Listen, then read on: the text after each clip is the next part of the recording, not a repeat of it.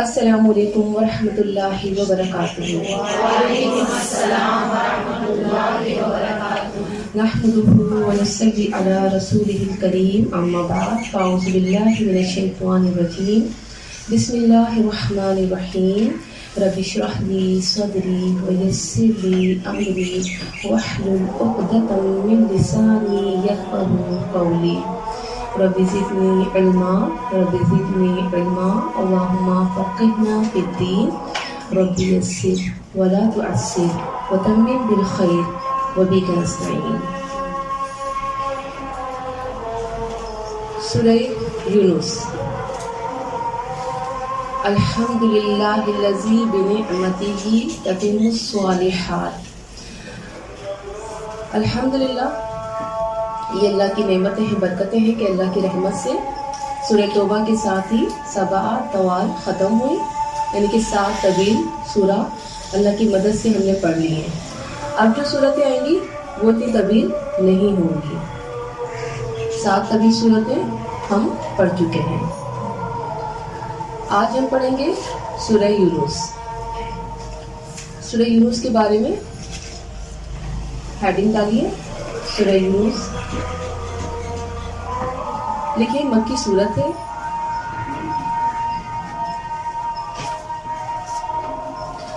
البتہ اس کی 2 آیت اور بعض نے 3 کو مدنی کہا ہے۔ سورہ بنی اسرائیل کے بعد نازل ہوئی، 11 رکوع ہیں، 109 آیات ہیں، 18 سے 32 کلمات ہیں، 9099 حروف ہیں۔ اس صورت میں توحید کی طرف دعوت دی گئی ہے اور قضاء و قدر پر خاص طور پر بات کی گئی ہے۔ قضاء و قدر کا مطلب کیا ہے؟ تقدیر۔ لیکن عمومی موضوع جو ہے وہ توحید ہے۔ یہ صورت انبیاء کے واقعات بیان کرتی ہے۔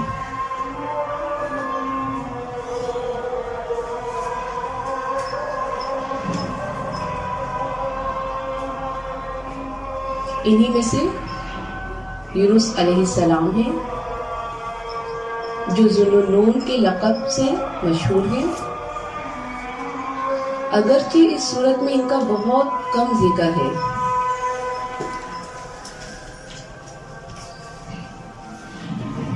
جبکہ حضرت موسیٰ علیہ السلام کا بڑی ڈیٹیل سے ذکر کیا گیا ہے،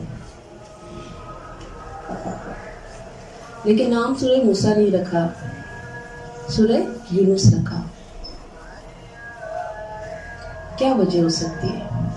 یونس علیہ السلام کی وہ واحد قوم ہے جس کے تمام افراد ایمان لے آئے، پوری قوم ایمان لے آئی تھی۔ اس فضیلت کو اجاگر کرنے کے لیے اس کا نام سورہ یونس رکھا گیا۔ دیکھیں کتنی بڑی خوشی کی بات ہوتی ہے نا، فخر کی بات ہوتی ہے ان لوگوں کے لیے کہ جو اللہ کے آگے جھک جائیں، اپنے کاندھوں کو جھکا لیں، توبہ کر لیں، معافی مانگ لیں، سوری غلطی ہو گئی، آئندہ نہیں کریں گے۔ یہ ادا اللہ تعالیٰ کو بہت پسند ہے۔ بسم اللہ الرحمن الرحیم، الف لام را۔ قرآن مجید میں جب اس طرح کے حروف آتے ہیں، الف لام را، الف لام میم، حامیم، یاسین،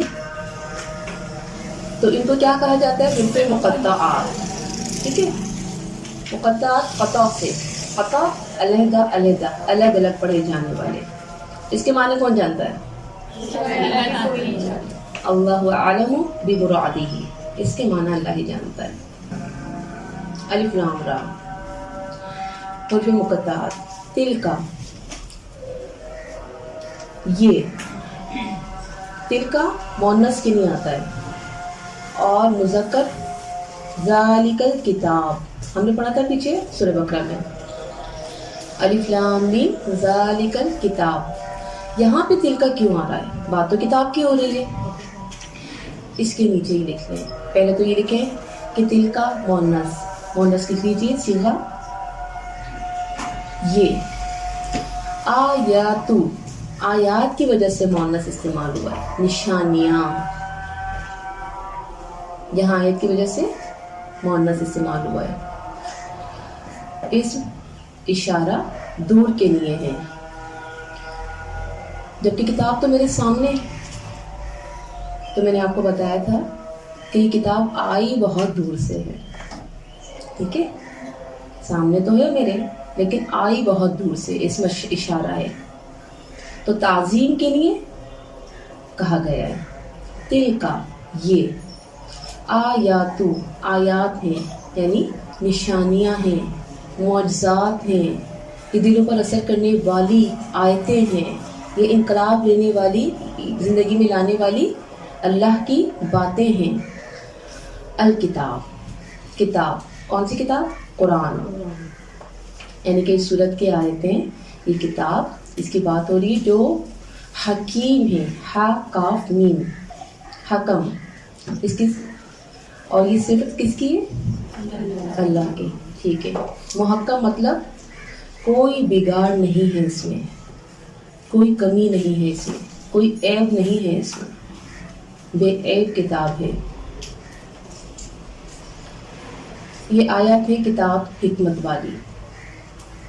ٹاپک لکھیں، قرآن کی عظمت، آیت نمبر 1۔ قرآن مجید میں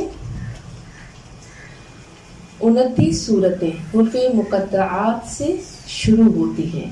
29 سورہ حروف مقطعات سے شروع ہوتی ہیں۔ ان کے معنی یعنی کہ مقطعات جو ہیں، ان کے معنی اللہ ہی جانتے ہیں، اس لیے اس کے من مانے مطلب نہیں نکالنے چاہیے،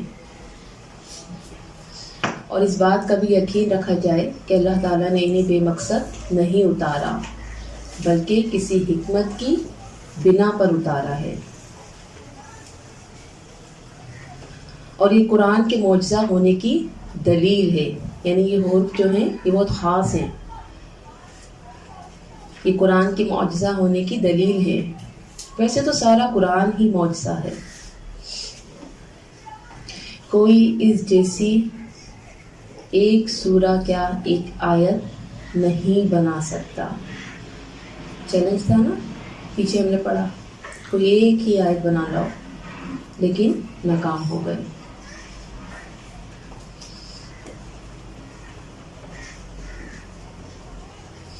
اور یہ بھی آپ نوٹ کریں کہ حروف مقطعات سے شروع ہونے والی سورہ میں آیات کے بعد یعنی حروف مقطعات کے بعد کس کی بات ہوتی ہے؟ کتاب کی بات ہوتی ہے، جیسے الف لام میم ذالک الکتاب، یاسین، اور آگے کیا ہے؟ روزانہ پڑھتی ہیں، تو یہ چیز آپ نوٹ کرنے کی نوٹ کر لیجیے گا۔ پھر سرکل بنا دیں اور لکھیں کہ یہ آیات توقیر و تعظیم کی مستحق ہے۔ تلک آیات الکتاب، یہ آیت توقیر و تعظیم کی مستحق ہے۔ آیات، آیت کی جمع ہے، مراد قرآن مجید کی تمام آیات۔ کتاب کا لفظی معنی ہے لکھی ہوئی، الکتابی، کتاب کا لفظی معنی کیا ہے؟ لکھی ہوئی چیز یعنی مکتوب۔ قرآن کو کتاب اس لیے کہا گیا ہے کیونکہ یہ لوح محفوظ میں لکھی ہوئی ہے، ان صحیفوں میں بھی لکھی ہوئی ہے جو فرشتوں کے ہاتھوں میں ہے اور جو میرے اور آپ کے ہاتھوں میں ہے۔ الحکیم،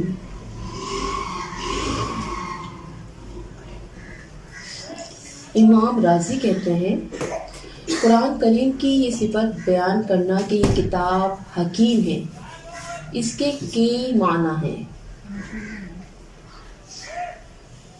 نمبر 1، دانائی اور حکمت کی باتوں سے بھری ہوئی، اس کی کوئی بات نہ غلط ہے نہ عقل کے خلاف ہے۔ بلکہ ہر بات کے اندر حکمت چھپی ہوئی ہے۔ نمبر 2، حکیم بمعنی حاکم، یعنی فیصلہ کرنے والی۔ اس میں فیصلے کر دیے گئے ہیں، کئی معاملات کے فیصلے، اور ان فیصلوں کے خلاف اب کوئی بات نہیں کی جا سکتی۔ اللہ نے حدیں قائم کر دی۔ نمبر 3، حکیم بمعنی محکم، یعنی محفوظ، پختہ، مضبوط، یعنی اس کو بگڑنے سے، فساد داخل ہونے سے محفوظ رکھا گیا۔ اس میں کوئی بگاڑ پیدا نہیں کر سکتا، اس کو کوئی تبدیل نہیں کر سکتا۔ اس کا وعدہ اللہ نے کیا ہے، یہ قیامت تک محفوظ رہے گی۔ نمبر 4، حکیم بمعنی استحکام، یعنی جھوٹ سے پاک۔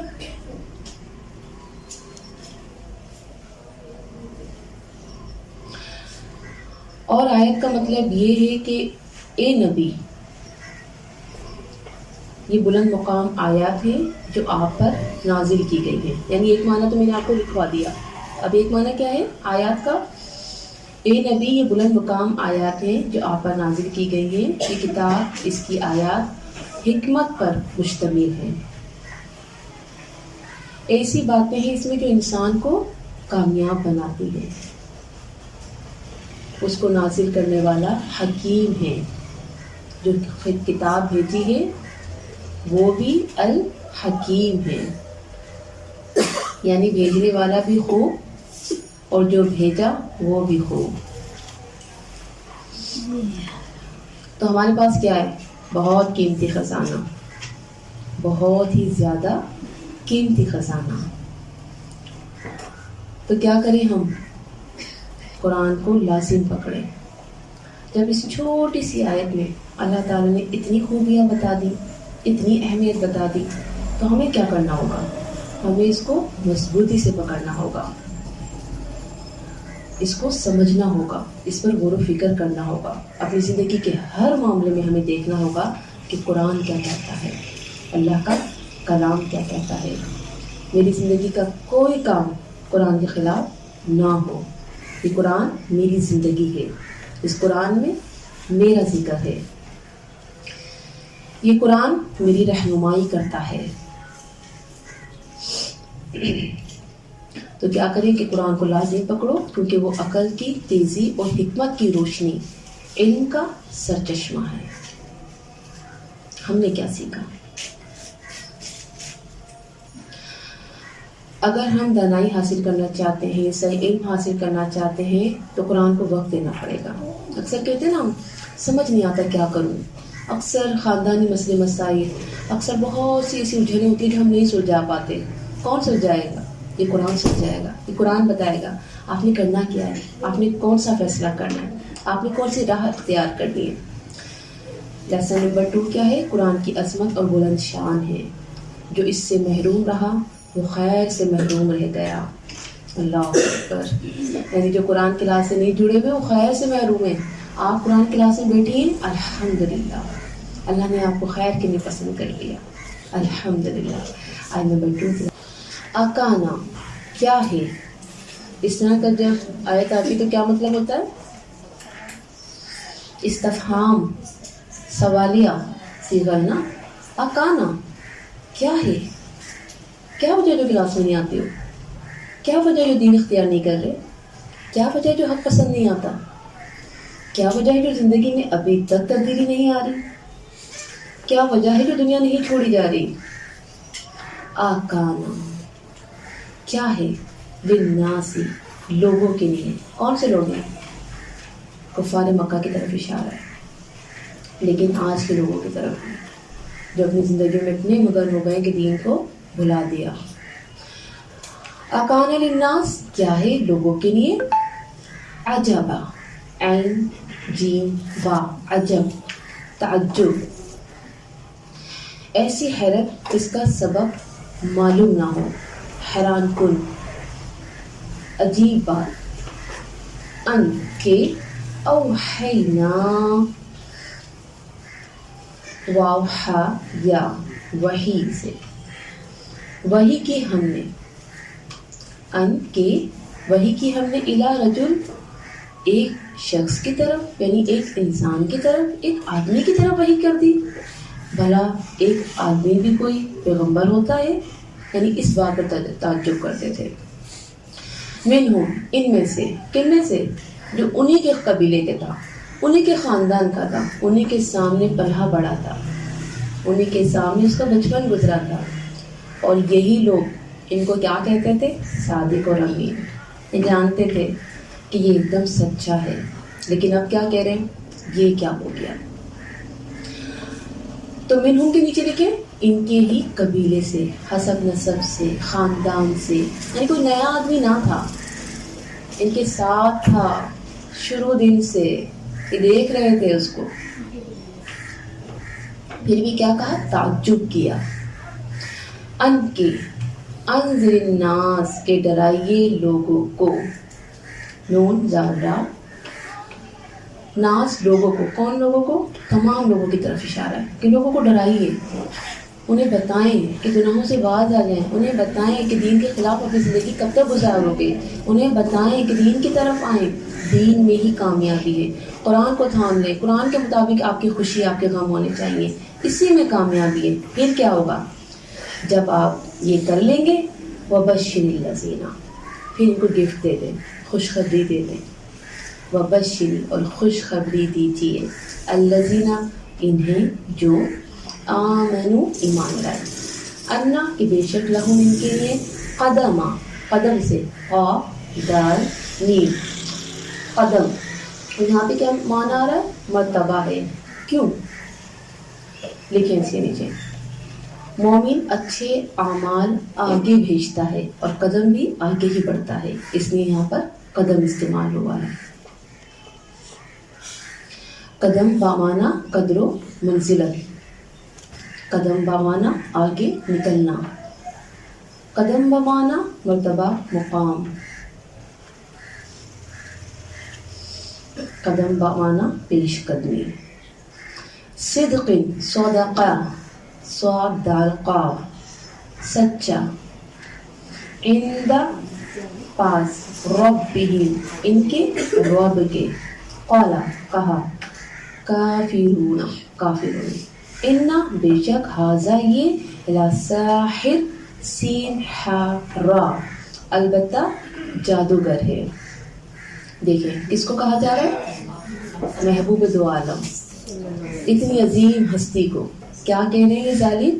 ساحر، جادوگر ہے، مبین، کھلم کھلا. جادوگر کون ہوتا ہے؟ جادوگر ایک فن ہے، جادو، یہ ایک فن ہے، یہ ایک پیشہ ہے، اس کو سیکھا جاتا ہے. اور جادوگر کیا کرتا ہے؟ زیادہ تر لوگوں کو نقصان ہی پہنچاتا ہے. جادوگر کے پاس لوگ آتے ہیں، فنا کا کام خراب کرنا ہے، وہ کر دیتا ہے، یعنی لوگوں کو نقصان پہنچاتا ہے. وہ لالچی ہوتا ہے، وہ پیسے کے لیے لوگوں کو نقصان پہنچانے سے پیچھے نہیں ہٹتا. لیکن اللہ کے نبی کون تھے؟ انہیں نہ پیسوں کا لالچ تھا، انہیں تو صرف ایک ہی لالچ تھا، یہ قوم، یہ امت دین کی طرف آتے، ایک اللہ کو پکارے. وہ کیا چاہتے تھے؟ لوگوں کا فائدہ. اور جادوگر کیا چاہتے ہیں؟ لوگوں کا نقصان. زمین آسمان کا فرق ہے دونوں میں، لیکن الزام کتنا بڑا لگا رہے ہیں. تو ٹاپک نبی کریم صلی اللہ علیہ وآلہ وسلم کے آنے کا مقصد. قرآن پاک میں اس بات کو کئی بار ذکر کیا گیا ہے. لوگوں کا جس بات پر زیادہ اعتراض ہوتا ہے اس بات کو بار بار ذکر کیا جاتا ہے.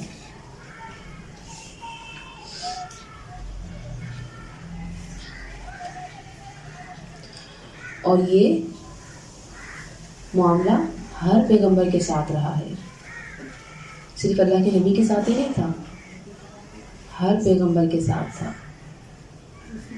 کہ ان کو جادوگر کہتے تھے. یہاں کس کی بات ہو رہی ہے؟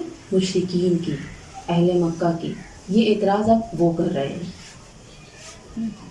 کہ یہ کیا بات، اللہ نے ایک انسان پر وحی نازل کر دی، اور پیچھے ہم نے کیا پڑھا، کیا چاہتے تھے کوئی فرشتہ ہوتا۔ اللہ کی مخلوقات میں جنات ہیں، انسان ہیں اور فرشتے۔ ان تینوں میں سب سے زیادہ اللہ نے فضیلت کس کو دی؟ انسان کو۔ اچھا کیوں؟ انسان تو اتنی غلطیاں کرتا ہے، اتنا گناہ کرتا ہے، فرشتے تو روح ہیں، وہ تو کبھی کوئی غلطی بھی نہیں کرتے، اتنی اطاعت کرتے ہیں، ان کا ہونا چاہیے مرتبہ زیادہ۔ باقی میرا تو خیال ہے، ایسا لگتا ہے کہ ان میں سے کوئی ہوتا پیغمبر۔ آپ کیا کہتی ہیں؟ کوئی دلیل دے اگر ایسا نہیں ہے تو۔ جی جزاک اللہ خیرا کثیرا، بارک اللہ، اچھی بھی یہ ایک تو لائن سی ٹھیک ہو گئی۔ اور دلیل کیا ہے؟ دلیل سورہ بقرہ، اللہ رب العالمین نے فرشتوں کو کہا سجدہ کرو آدم کو۔ کس کی تعظیم ہوئی؟ انسان کی۔ اللہ نے پہلے دن ہی بتا دیا کہ انسان کا مقام فرشتوں سے بھی زیادہ ہے۔ اللہ اکبر۔ اور ہم کیا کر رہے ہیں؟ اللہ نے ہمیں اتنا اعزاز دیا، ایسا مقام دیا، ہم بھول گئے اپنا مقام۔ اللہ نے فرشتوں سے سجدہ کروا دیا انسان کو، اور آج انسان کیا کر رہا ہے؟ شیطان بن گیا ہے، شیطان کا ساتھی، شیطان کے لشکر کے ساتھی۔ یہ آیتیں واقعی بہت کچھ سوچنے پہ مجبور کرتی ہیں کہ ہمارا تو بڑا خاص مقام ہمارے رب نے دیا تھا، ہمیں تو بہت کچھ کرنا تھا، لیکن ہم کیا کر رہے ہیں؟ تو کیا پتا چلا؟ بیسٹ آپشن کیا تھا؟ انسان، کیونکہ اللہ نے اعزاز انسان کو دیا اشرف المخلوقات کا ٹائٹل دے کر کہ یہ میری مخلوق سب سے پیاری ہے، سب سے خاص ہے۔ کتنا پیار، کتنا مان میرے رب کو ہم پر۔ سوچے تو صحیح، اس بات کو دل سے سوچے، اپنے اندر وہ فیلنگس لائیں کہ جب دنیا میں کوئی مجھ سے شدید محبت کرتا ہو تو میرا بھی دل چاہتا ہے کہ میں محبت کے بدلے محبت دوں، لیکن یہاں میں کیا کر رہی ہوں؟ وہ رب جو مجھ سے اتنی شدید محبت کرتا ہے، اتنا پیار کرتا ہے کہ اس نے زمین و آسمان بنائے، چرند پرند بنائے، خوبصورت خوبصورت پھول بنائے، ایسی ایسی کہکشائیں بنائی، آبشاریں بنائی، اور سب سے پیارا مجھے اور آپ کو کہا۔ اللہ اکبر۔ اور میں نے اور آپ نے کیا کیا؟ اپنے رب کو نظر انداز کر دیا۔ مجھے تو میری خوشیاں پسند، مجھے تو میری زندگی پسند، میں تو ایسے جوں گی جیسے میرا دل چاہتا ہے، میری زندگی میری مرضی، میرا جسم میری مرضی، یہ میری زندگی ہے۔ آپ کون ہوتی ہے مجھے روکنے والی؟ آپ کون ہوتی ہے مجھے ٹوکنے والی؟ جو میرا دل چاہے گا وہ میں کروں گی، زندگی ایک بار ملتی ہے۔ آج یہ جملے بہت کامن ہیں۔ انسان یہ بھول گیا کہ وہ رب کا کتنا پیارا ہے۔ وہ رب آنکھیں بھر کے اپنے بندوں کو دیکھتا رہتا ہے کہ لوگ ٹانگ میرے پاس، میں ہی تو تمہارا رب ہوں، تم کدھر جا رہے ہو؟ دیکھو تو صحیح میں تم سے کتنا پیار کرتا ہوں۔ اور ہم غلطیاں کرتے ہیں، وہ مہلت دیتا ہے، وہ کہتا ہے توبہ کر لو میں سب معاف کر دوں گا۔ ہم تو توبہ میں بھی دیر کرتے ہیں، کیا بولتے ہیں؟ ابھی تو مجھے بچوں کی شادیاں کرنی ہیں، ابھی تو میرے کزنس کی شادیاں ہو جائیں، خوب ڈٹ کے انجوائے کر لوں، بڑھاپے میں سوچوں گی پردے کے بارے میں، ہے نا؟ ابھی تو میرے بڑے ارمان ہیں جی، وہ ارمان تو پورے ہونے دو۔ ہماری سانسوں کا کچھ نہیں پتا۔ میں نہیں جانتی کہ اس کلاس کے بعد بھی رہوں یا نہ رہوں۔ جب تک زندگی ہے، جب تک موقع ہے، یہ زندگی گئی، سب کچھ چلا گیا۔ مجھے آج سے عہد کرنا ہے کہ مجھے کیا کرنا ہے۔ تو یہاں پر کیا بات ہو رہی ہے کہ آبجیکشن لوگوں کا کہ ایک انسان کو کیوں بنا دیا۔ اس بات پر تعجب نہیں ہونا چاہیے، اس بات پر تعجب نہیں ہونا چاہیے کہ اللہ تعالیٰ نے انسانوں میں ہی سے ایک آدمی کو وہی رسالت کے لیے چن لیا، کیونکہ ان کے ہم جنس ہونے کی وجہ سے وہ صحیح معنوں میں ان کی رہنمائی کر سکتے ہیں۔ اگر وہ کسی اور جنس کا ہوتا تو پھر کیا ہوتا؟ پھر تو بہت بڑا بہانہ مل جاتا، اللہ جی ہم تو انسان ہیں، یہ تو فرشتہ ہے، اللہ جی یہ تو جن ہے، ہم بھلا ایسے کام کیسے کر سکتے جیسے یہ کر رہا ہے۔ لیکن اللہ نے ایک ماں کے پیٹ سے ایک ایسا بچہ پیدا کیا لوگوں کے سامنے، پھر اس کی پرورش، پھر اس کو دودھ پلانے والیوں کی بات، پھر آپ دیکھیں کہ پوری زندگی لوگوں کے سامنے رکھ دی۔ کیا تھی ان کی زندگی؟ میری اور آپ کی طرح جیسے ایک بچہ دودھ پیتا ہے، کھانا کھاتا ہے، جیسے ایک بچہ سوتا ہے، اٹھتا ہے، کھاتا ہے، جیتا ہے، سب کچھ ایسے تھا. اور پھر بتایا کہ یہ ہے پیغمبر، تمہارا جیسا انسان، تمہیں یہی سب کچھ کرنا ہے جو اس نے کرنا ہے، ایسی عبادت کرنی ہے، ایسی ہی نماز پڑھنی ہے. تو اس پر تعجب نہیں کرنا چاہیے. اصل حقیقت کفار مکہ نے آپ صلی اللہ علیہ وسلم کو قبول نہ کیا تھا، اس وجہ سے وہ اس طرح کی باتیں کرتے تھے.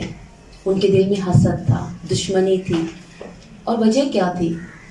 ہم نے پیچھے پڑھا تھا کہ وجوہات کیا تھی کہ ان کی زندگی بڑی تنگ ہو چکی تھی. اسلام کے رولز فالو کرنا، منافقین کے بارے میں بھی مسلسل ہم نے آیتیں پڑھی کہ یہ کیا، جب سے ہم ان کے ساتھی بنے، جھوٹے ساتھی تھے، وہ دو منہ والے لوگ تھے. اب تو بڑا مسئلہ ہو گیا، اب تو جی میں اپنی زندگی کو انجوائے بھی نہیں کر سکتا، میں تو جیسے بھی چاہتا تھا سوتا تھا اٹھتا تھا. یہ دین تو بڑے رولز بتا رہا ہے، مجھے وقت پہ سونا ہے، وقت پر اٹھنا ہے، وقت پہ نماز پڑھنی ہے، اور یہی کام ہے سارے. اور پھر ہم یہ بھی جانتے ہیں کہ جب اللہ کے نبی صلی اللہ علیہ وآلہ وسلم آئے مدینہ میں تو کون تھا جس کو تاج پہنایا جانے والا تھا؟ عبداللہ بن ابی اور اس کے ساتھیوں کی جماعت. ان سب کو سب سے زیادہ اوکیشن تھا، وہ کوئی نہ کوئی نئی بات نکالتے تھے. ارے یہ دیکھو، یہ کیا بات، بازاروں میں پیتا ہے یہ بھی، ارے یہ کیا بات، ہماری طرح کھاتا ہے، بھلا ایسا بھی کوئی پیغمبر ہو سکتا ہے؟ نہیں، پیغمبر میں تو کوئی خاصیت ہونی چاہیے، ہم سے علیحدہ دکھنا چاہیے، یہ تو ہماری طرح ہی ہے انسان. تو یہ زیادہ تر اعتراضات ان لوگوں کے تھے جو دلوں میں دشمنی بٹھا بیٹھے تھے. رسولوں کے بھیجے جانے کا مقصد بتایا جا رہا ہے، اور وہ مقصد کیا ہے کہ لوگوں کو برے انجام سے بچائیں اور اچھے انجام کی خوشخبری سنائیں. اور یہ ان کے عملوں کا بدلہ ہوگا، اچھا کرو گے اچھا ملے گا، برا کرو گے تو برا ملے گا، جیسا بو گے ویسا ہی کاٹو گے. مومن کی سچائی اعمال صالح کی وجہ سے. اللہ کے پاس کیا ہے؟ اجر عظیم ہے، اللہ نے ان کے لیے اجر رکھا ہے. وجہ کیا ہے؟ صدق عند ربهم. ان کے اعمال اتنے پیارے تھے، ان کے اندر اخلاص تھا. صدقہ کیا ہوتا ہے؟ سچائی سے کوئی کام کرنا، اخلاص کے ساتھ نماز پڑھنا، دکھاوا نہیں. اخلاص کے ساتھ پردہ کرنا، دکھاوا نہیں. اخلاص کے ساتھ قرآن پڑھنا، ریاکاری نہیں. تو سچائی کا ہونا بہت ضروری ہے، اخلاص کا ہونا بہت ضروری ہے. تو یہاں پر یہی بات بتائی جا رہی ہے. اور یہ لوگ نبی صلی اللہ علیہ وسلم کو جادوگر اور کیوں کہتے تھے؟ وجہ کیا تھی؟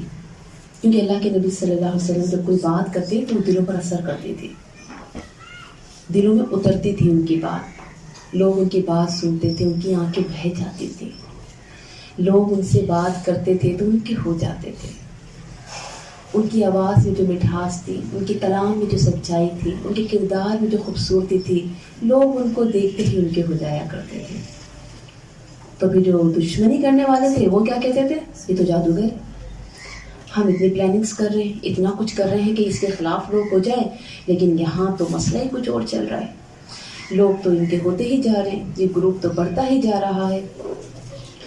تو اصل میں اللہ کے نبی صلی اللہ علیہ وآلہ وسلم کی بات ان کے دلوں پر اثر کرتی تھی، اور یہ قرآن دلوں پر اثر کرتا تھا. اور اللہ کے نبی صلی اللہ علیہ وسلم جب بھی قرآن پڑھ رہے ہوتے اور مجلس میں بیٹھے لوگ یہ جان لیتے کہ ایسا لگتا ہے کہ یہ میرے ہی بارے میں بات ہو رہی ہے، اور کہہ اٹھتے یہ کوئی جادوگر ہے، اس کو کیسے پتا چلا کہ میں نے یہ سوچا تھا. یہ معجزہ ہے بہت بڑا کہ جب بھی زندگی میں کبھی کوئی مشکل آئے گی نا، آپ کو اس کا حل اس قرآن سے مل جائے گا. آپ قرآن کھولیں گی، وہیں پر وہی آیت آپ کو مل جائے گی کہ آپ نے کرنا کیا ہے. اللہ اپنا فیصلہ سنا دے گا. ایسا لگے گا کہ آج ہی یہ جبریل جو ہے یہ آیت لے کر آئے. بہت دفعہ ہوتا ہے یہ ہمارے ساتھ جب ہم قرآن پڑھ رہے ہوتے ہیں، اور اکثر اسٹوڈنٹ یہ کہتی ہیں کہ باجی یقین کیجیے آج یہی مسئلہ تھا اور یہ حل ہو گیا. آج قرآن کی اس آیت نے میرا یہ مسئلہ حل کر دیا. اللہ کیسے دلوں کا حال جانتا ہے، کیسے اللہ تعالیٰ مسئلے حل کرتا ہے. تو یہی معاملہ تھا کہ جب اللہ کے نبی صلی اللہ علیہ وسلم قرآن کی آیتیں پڑھتے تو وہ دلوں میں اثر کرتی اور ان کے راز بھی کھول دیتی. تو وہ کیا کہتے؟ یہ تو کوئی جادوگر، سے پہلے سے سب کچھ پتہ چل جاتا ہے. تو اس لیے بھی جادوگر کہا کرتے تھے. تو لیسن کیا ہے؟ نبی اور نبی کی بات نہ ماننے والے الزامات لگا کر خود کو بہتر ثابت کرنے کی کوشش کرتے ہیں۔ قرآن میں زندگی کو بہترین اعمال اور بہترین فیصلے کرنے میں مدد دیتا ہے، تو ہمیں قرآن کو مضبوطی سے تھامنا ہوگا۔ آیت نمبر 3، اِنَّا بے شک ربکم اللہ رب تمہارا اللہ ہے، ربا یعنی کہ خالق، مالک، مدبر، ذرے کو کمان تک پہنچانے والا رب ہوتا ہے۔ الذی جس نے خلق پیدا کیا، کیسے پیدا کیا؟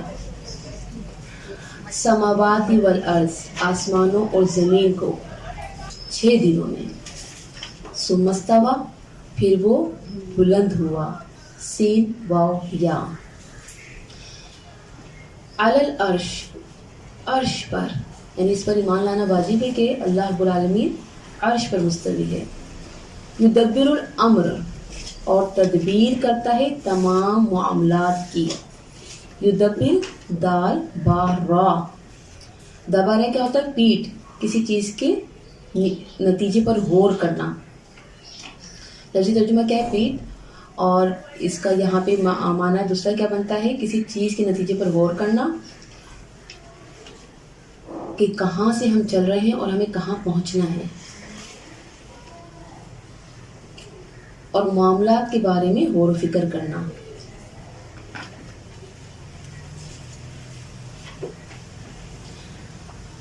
تو یہاں پر بات ہو رہی ہے اللہ رب العالمین کی۔ یدبر الامر، وہ تدبیر کرتا ہے تمام معاملات کی۔ کون سے معاملات؟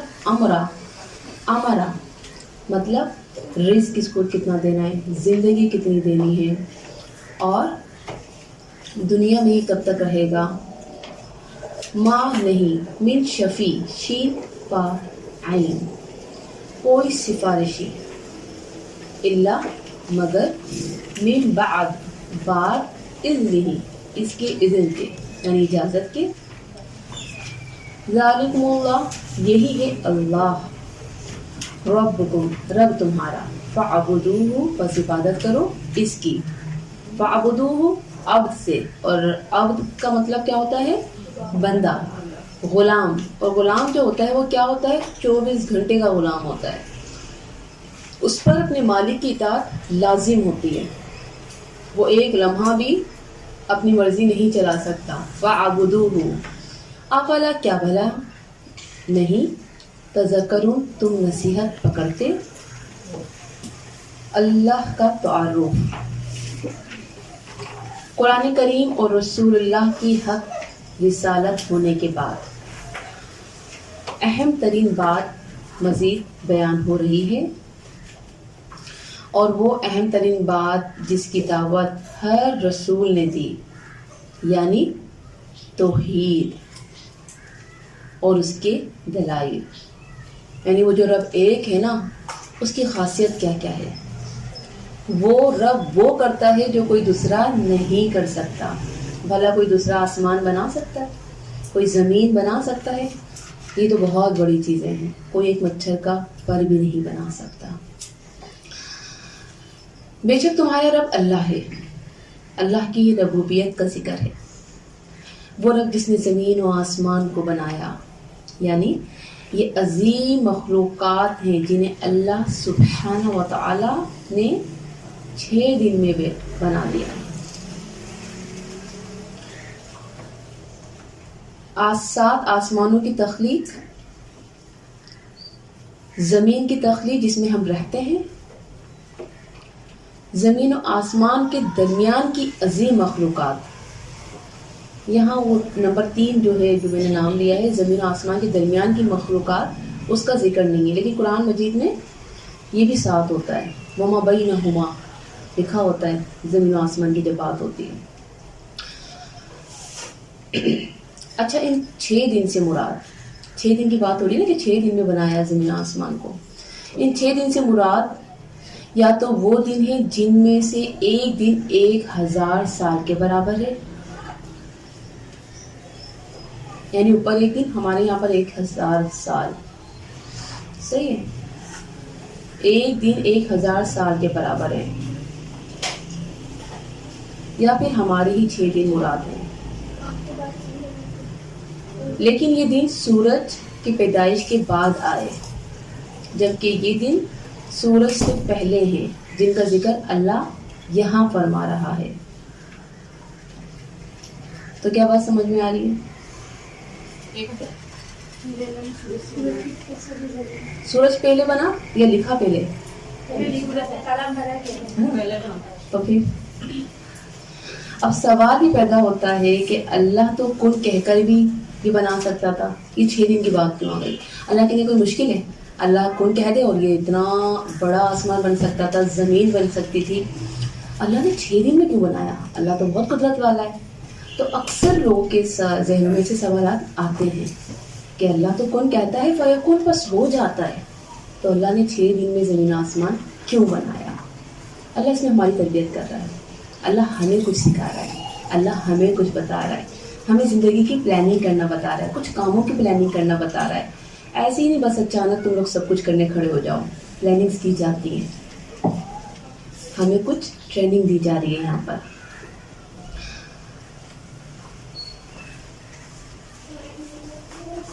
اور اس میں اللہ کی حکمت ہے۔ اللہ رب العالمین ہر کام کو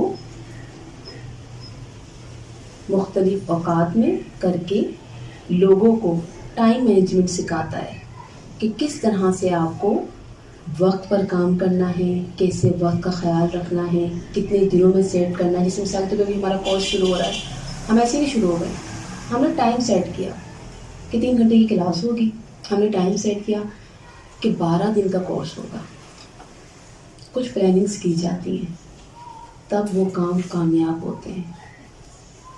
بغیر پلاننگ کے کوئی کام کامیاب ہو ہی نہیں سکتا۔ بالکل اسی طرح جیسے ایک اگر کوئی مثال کے طور پہ گھر بنایا جاتا ہے، سب سے پہلے کیا ہوتا ہے؟ ماڈل تیار ہوتا ہے نا، ایسے تھوڑی بس وہ کھڑے ہو گئے بنانے شروع، تو پلاننگز کی جاتی ہیں تبھی کامیابی ملتی ہے۔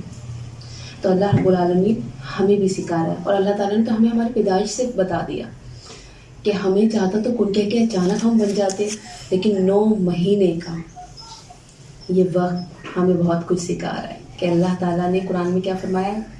پہلے کس کا لفظ آیا ہے؟ نطفہ، ہے نا، پھر علقہ، لحم، عظام یعنی کہ گوشت ہے، پھر خون، اور پھر ہڈیاں، کس طرح سے ترتیب کے ساتھ انسان کو اللہ رب العالمین نے تخلیق کیا۔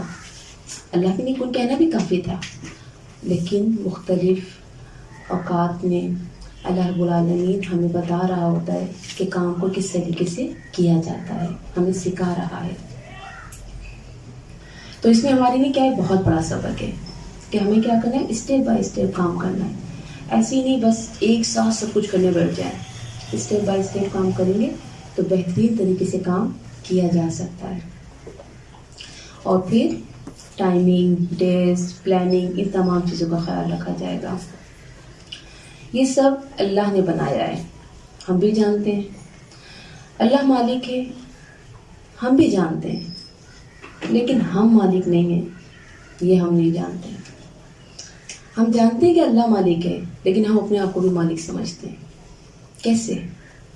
جب ہم اپنی مرضیاں چلا رہے ہوتے ہیں، اپنی منمانیاں کر رہے ہوتے ہیں۔ اللہ نے کچھ کہا، کرنا مجھے کچھ ہے۔ یہاں پہ میں نے کیا کیا؟ اللہ کو اپنا مالک مانا۔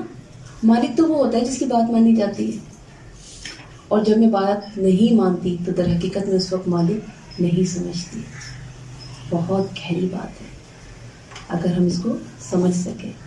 جب بھی کبھی ایسا لگے کہ واقعی میں نافرمانی کر رہی ہوں تو فوراً استغفار، اللہ سے دعائیں مانگیں، زیادہ سے زیادہ استغفار کریں کہ اللہ مجھے شیطان کی شر سے بچا لے۔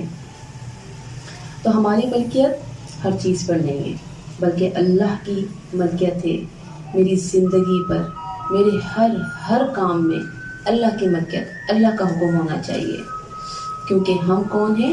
ہم اللہ کے ہیں۔ اِنَّ لِلَّهِ وَإِنَّ إِلَيْهِ رَاجِعُونَ، ہم اللہ کے لیے اور اللہ کی طرف ہمیں لوٹ کے جانا ہے۔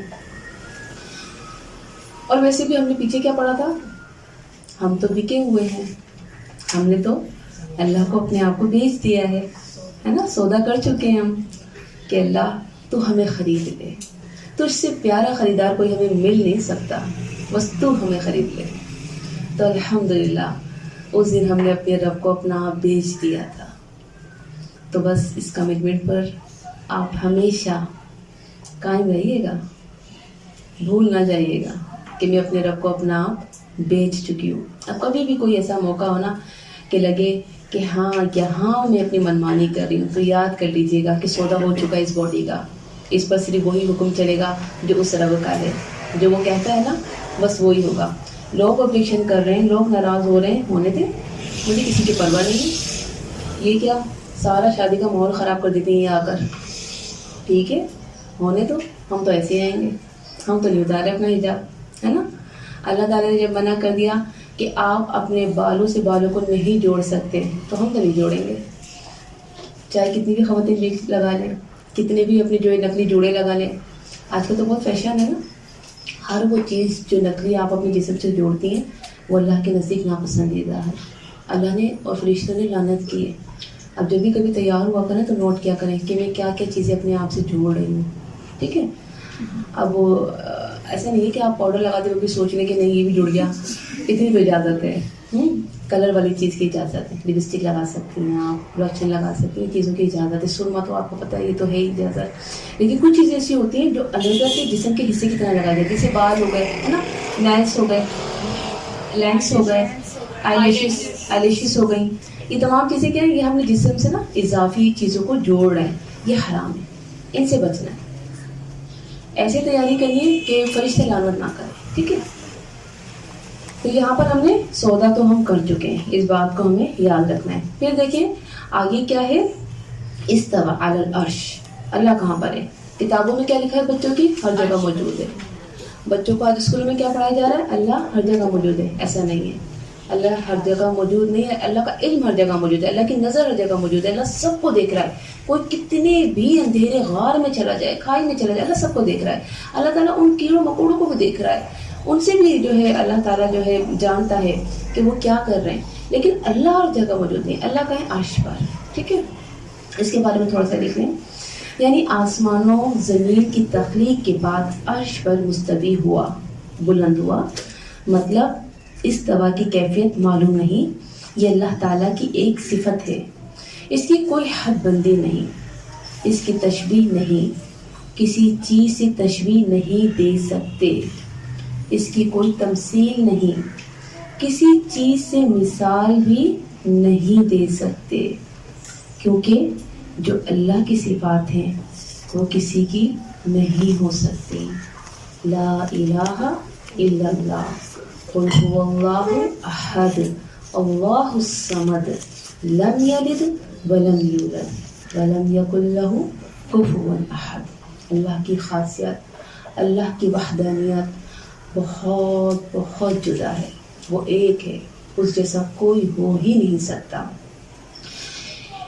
امام جعفر کہتے ہیں آدمی کے لیے یہی کافی ہے کہ وہ جان لے کہ اس کا رب وہ ذات ہے جو عرش پر مستوی ہے. جو اس سے آگے بڑھے گا وہ نامراد ہوا اور خسارہ میں پڑ گیا. اس سے آگے کیسے پڑھتے ہیں؟ اکثر ذہن میں کیا کیا خیالات آتے ہیں. اللہ کہاں ہے، اللہ کیسا ہے، اللہ کیسے بیٹھتا ہوگا، ہے نا. اس طرح کے عجیب خیالی کیا ہوتے ہیں؟ شیطانی خیالات ہوتے ہیں. تعوذ کرنا چاہیے. ابو ذر رضی اللہ تعالیٰ عنہ کہتے ہیں رسول اللہ صلی اللہ علیہ وآلہ وسلم نے فرمایا، اے ابو ذر،